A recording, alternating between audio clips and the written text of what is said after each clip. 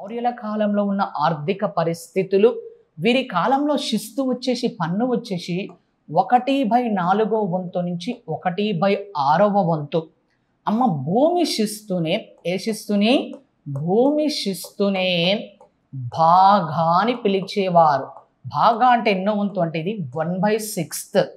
మరి భూమి శిస్తుని వసూలు చేసే అధికారి, భూమి శిస్తుని వసూలు చేసే అధికారినే అగ్రోనమీ అని పిలిచేవారు. ఏమని పిలిచేవారు? అగ్రోనమీ అని పిలవడం జరిగింది. మరి మౌర్యుల కాలంలో ఉన్నటువంటి పన్నులు ఏందయ్యా అంటే కారా. కారా అంటే తోటలపై విధించే పన్ను. తోటలపై విధించే పన్నునే కారా అన్నారు. నెక్స్ట్ పిండాకార.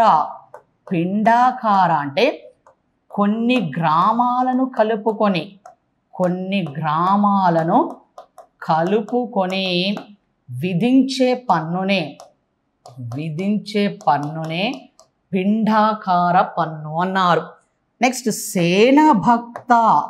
సేనభక్త అంటే రాజు యొక్క సైన్యము గ్రామాల నుండి వెళ్ళేటప్పుడు, గ్రామాల నుండి వెళ్ళేటప్పుడు వారికి చెల్లించే పన్ను, వారికి చెల్లించే పన్నునే సేనభక్త అని పిలవడం జరిగింది. ఏ భక్త అని పిలిచారు?